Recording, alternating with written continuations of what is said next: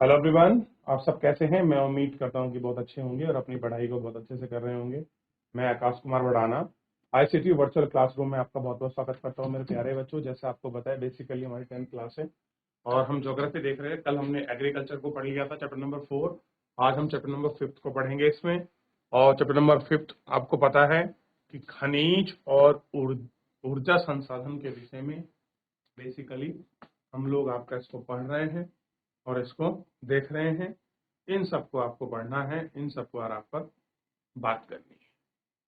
कह रहे कि हम अपनी रोजमर्रा की जिंदगी में धातु से बनी विभिन्न वस्तुओं का प्रयोग करते हैं। क्या आप अपने घर का प्रयोग की जाने वाली वस्तुओं की चीजों की सूची बना सकते हैं? ये धातु कहाँ से आती हैं? अपना पढ़ना। भूपर्पटी पृथ्वी के ऊपर खनिज योग्य पर्पटी भूमि से निर्मित खनिज धातु संसाधन या धातु आपके निकाली जाती है। ठीक। खनिज हमारे जीवन में अत्यधिक अनिवार्य का एक भाग है। लगभग हर चीज जो हम इस्तेमाल करते हैं, एक छोटी सुई से लेकर एक बड़ी इमारत तक, यहाँ तक कि एक बड़े जहाज और खनिज से बने हैं। आपका रेलवे लाइन, सड़क, पत्थर आदि औजार मशीन सभी से बने हैं। कारें, बस, गाड़ियां, हवाई जहाज खनिज से निर्मित हैं। धरती से प्राप्त ऊर्जा द्वारा संचालित होते हैं। यहाँ तक कि भोजन भी खनिज के ही होते हैं जिनसे हम खाते हैं। मनुष्य ने विकास की सभी आवश्यकताओं, अपनी आजीविकाओं, सहज बाप का त्योहारों, धार्मिक अनुष्ठानों तक का बाप इन्होंने क्या किया है? प्रयोग किया है। ठीक है। और तो ये है सबसे पहले, और इसमें हम बात करते हैं कि खनिज क्या है। तो खनिज सबसे पहले देखिए, खनिज क्या है? भूवैज्ञानिक के अनुसार खनिज एक प्राकृतिक रूप से विद्यमान स्वरूप तत्व है। कहां पर है खनिज? कैसा है आपका? ध्यान दीजिए, प्राकृतिक रूप से एक विद्यमान तत्व है। प्राकृतिक रूप से विद्यमान एक आपका तत्व है जिसकी एक निश्चित आंतरिक संरचना है। और खनिज प्राकृतिक में अनेक रूप में पाया जाता है, जिसमें कठोर हीरा, नरम आपका चूना, ये सारे चीज इसमें क्या है आपका शामिल है। कह रहे ये सारी चीज इसमें क्या है? विद्यमान है। और ये सारी चीज इसमें क्या है आपको बेसिकली देखने के लिए आपको मिल जाएंगी। आप चट्टानों के विषय में पहले ही पढ़ चुके हैं। चट्टानों खनिजों के रूप में भौतिक है, जैसे कि चट्टानों में चूना पत्थर केवल एक ही खनिज से बनी है, लेकिन अधिकतर चट्टानों के अनुपात में अनेक प्रकार का खनिज योग्य है।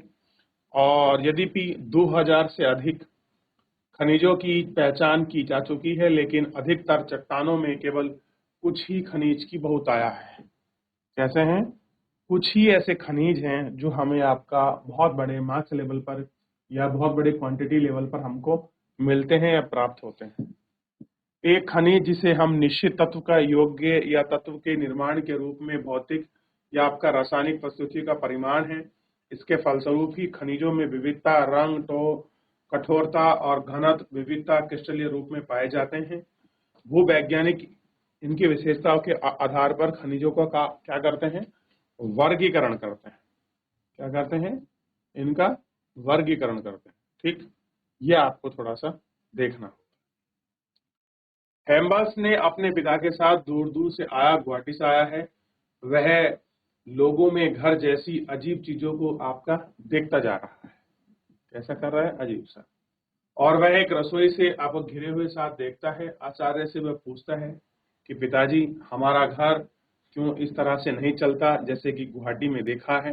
पिताजी ने बताया, यह घर नहीं है, यह बस और गाड़ी है बेटा।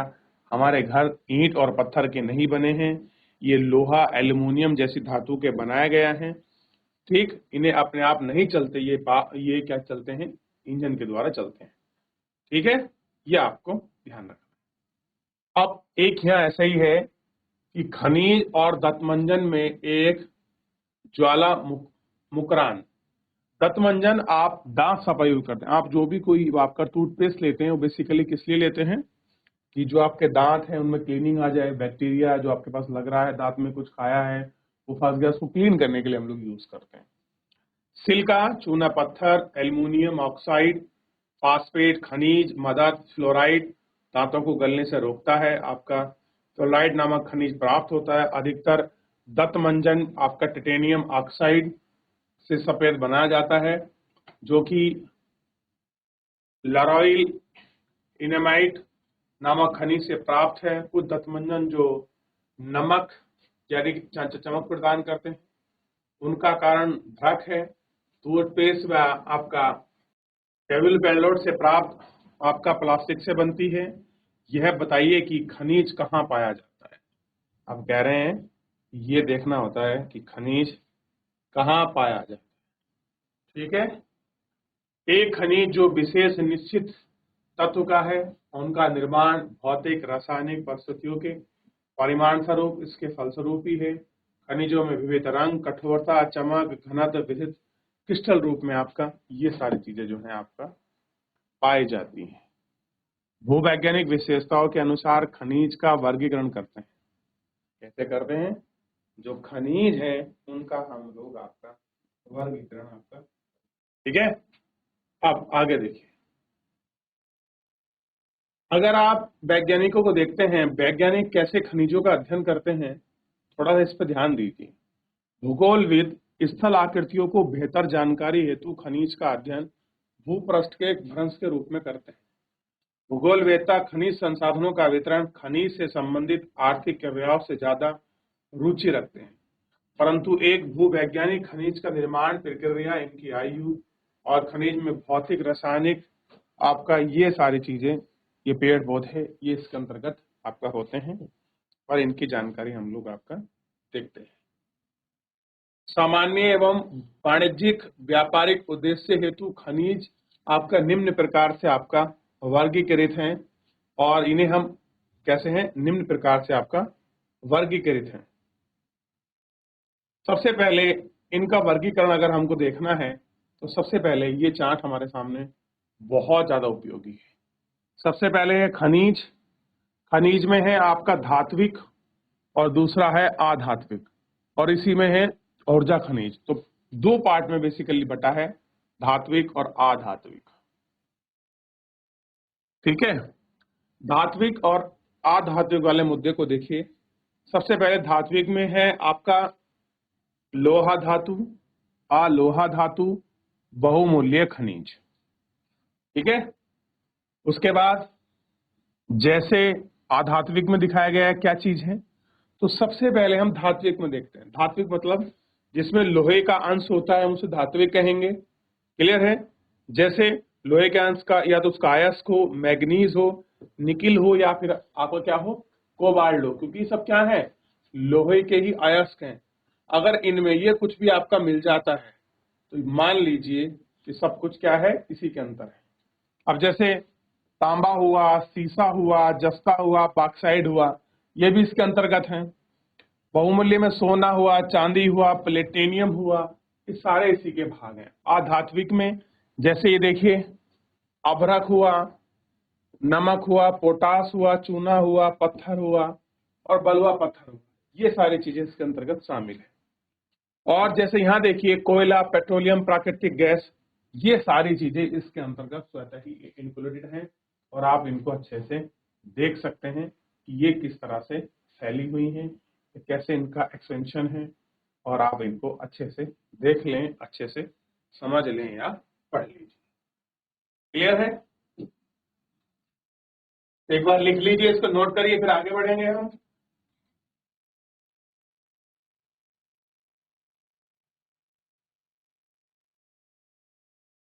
चलिए आगे बढ़ जाते हैं और देखते हैं। अब अधात्विक में तो पता लग गया है, जैसे कि हमारे बेसिकली जो केमिकल कंपाउंड है, जैसे अबरक हो गया, नमक हो गया, पोटेशियम हो गया, पोटास हो गया, सल्फर हो गया, चूना हो गया, जिप्सम हो गया, बलुआ पत्थर है। और इसमें जो थर्ड इंपॉर्टेंट है, ये आपको पता होना चाहिए, कोयला हो गया, पेट्रोलियम हो गया, प्राकृतिक गैस हो गया, ये भी बेसिकली खनिज है। लेकिन आप इनको खनिज तत्व तत्व मतलब कुछ लिक्विड फॉर्म में नहीं है, ये बेसिकली गैसीय फॉर्म है, लिक्विड फॉर्म में ये आपको मिलेगा। ये क्या है, ये आपको हार्ड रूप में मिल सकते हैं, पत्थर जैसा आपको मिल सकता है। लेकिन या ये तो आपके गैसीय फॉर्म में मिलेंगे, या फिर आपको लिक्विड जो फॉर्म है उस फॉर्म में आपको देखने के लिए बेसिकली ये जो है आपके मिल जाए। तो इतना आपको थोड़ा सा ज्ञात होना चाहिए। अब सबसे बड़ी बात है, खनिज पाए कहाँ जाते हैं। तो खनिज कहाँ पाए जाते हैं? सामान्यतः खनिज अयस्कों में पाए जाते हैं। अयस्क होते हैं किसी चीज का, मान लीजिए कोई पदार्थ है, उसमें से हम लोग आपका फिल्टर करते हैं और जो हमको चाहिए वो मैटर हमको बेसिकली मिल जाता है। तो खनिज में अन्य तत्वों का मिश्रण होता है, ठीक है, और ये तत्व अयस्क सबसे संबंध है, खनन का महत्व है। तभी जब अयस्क में खनिजों का पर्याप्त संचय मात्रा में हो। खनिज का सुविधा का निर्माण संरचना पर निर्भर करता है। खनन सुविधा आपका इसके बहुमूल्य को निर्धारित करता है। अतः हमारे लिए सहल समूह को समझना अत्यधिक आवश्यक है। प्रायः सहल समूह आपका निर्माण प्राप्त करता है। आग्नेय तथा कायांतरित चट्टानों में दरारें, भरण, जोड़े ये सारे मिले होते हैं। छोटे जमाव के सुराव के रूप में, बृहद जमाव के रूप में पाए जाते हैं। इनका निर्माण भी अधिकतर उस समय होता है जब ये तरल और गैसीय अवस्था में दरार पृष्ठ के सहारे धकेले जाते हैं और ठंडे होकर जम जाते हैं। मुख्य धात्विक खनिज हैं जैसे जस्ता, तांबा, जिंक, सीसा, इन सिराओं के रूप में हम इनको देखते हैं। होता क्या है बेसिकली, ध्यान दीजिए, आग्नेय चट्टान है, आग्नेय चट्टान है यानी कि आपका ज्वालामुखी वाली है। दरार से निकलेगा तो कहीं बीच में फंस जाएगा, वहीं जमकर ठंडा हो जाएगा। क्योंकि पृथ्वी क्या करती है, जब नीचे से आपका धक्का लगाती है आपका मैग्मा को, तो जब वो दरारों में फंस जाता है, बाहर नहीं निकलता, अगर बाहर निकलता तो वो आपके पृष्ठ पे जम जाता है। तो ये ही धात्विक खनिज तांबा और जिंक के रूप में अलग अलग सिराओं में वेंस के रूप में आपका जम जाते हैं, जो हमको देखने के लिए मिलते हैं। क्लियर है? ये इतना हमें पता होना चाहिए।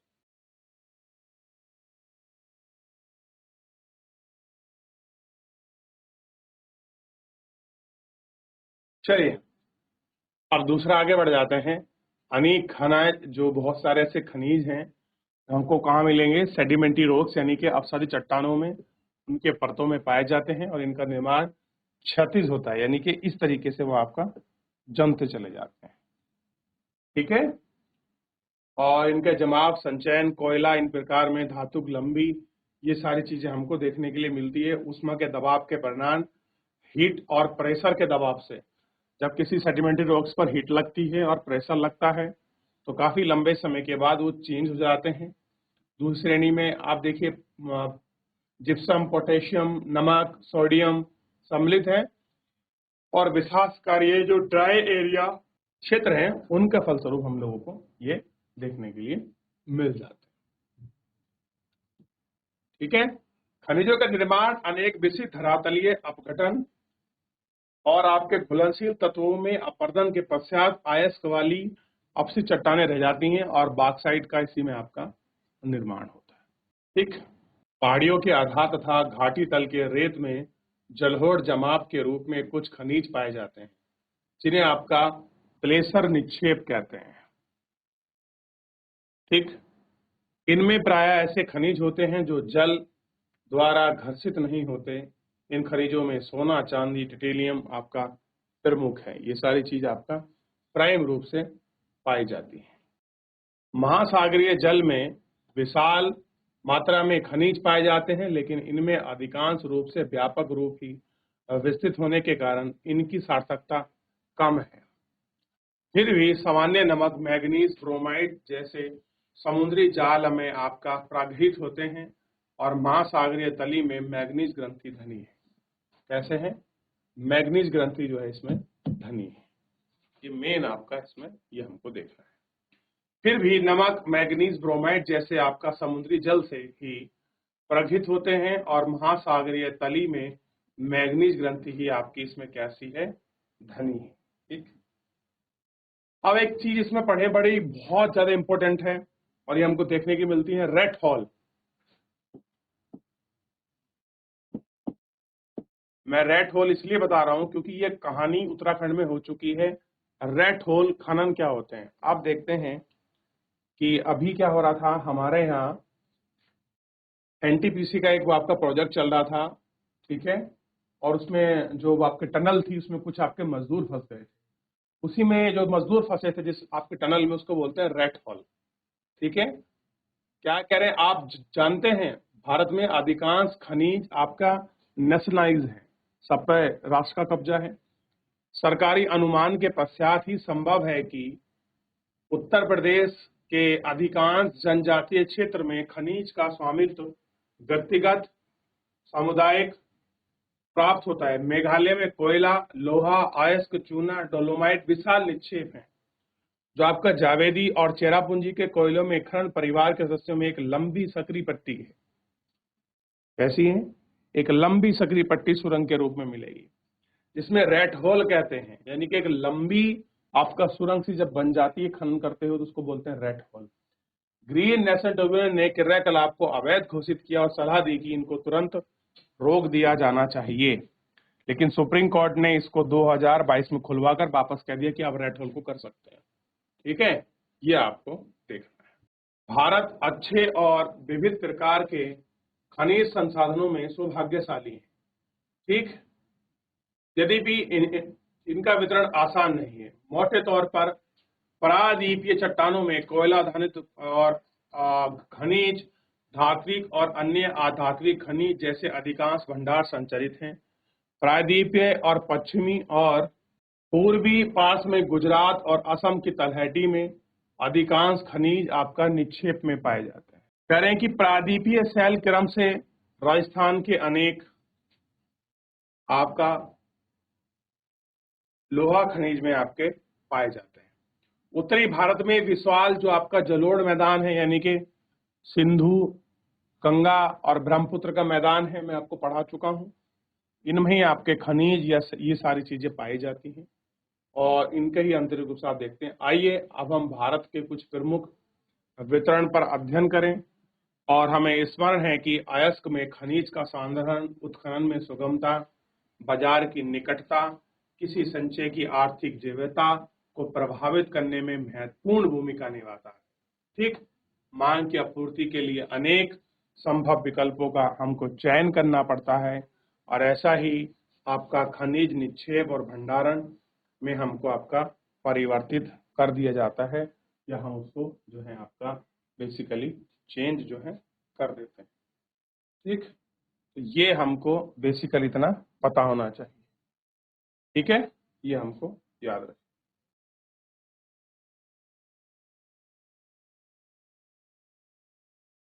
लोहा खनिज धात्विक के कुल उत्पादन मूल्य के 3/4 के बराबर योगदान देता है। ये धातु शोधन धातु के विकास के बावजूद आधार में होते हैं और अपनी घरेलू मांगों को पूरा करने के पश्चात बड़ी मात्रा में धात्विक खनिज का निर्यात करते हैं। कैसे करते हैं? ये इनको बाहर भी भेजते हैं और आपका इनका निर्यात भी आपका किया जाता है। तो आप देखेंगे इनको आपका ये लोग निर्यात भी करते हैं। तो रेट हॉल आपको समझ आ गया कैसे कुछ हो रहा है, और खनिजों का डिस्ट्रीब्यूशन आपको समझ आ गया होगा। तो आप इसको एक बार देख लीजिए, जितना पढ़ाया। कोई डाउट, कोई क्वेरी है मेरे प्यारे बच्चों, आप मुझसे पूछ लीजिए, फिर आगे कंटिन्यू करते हैं।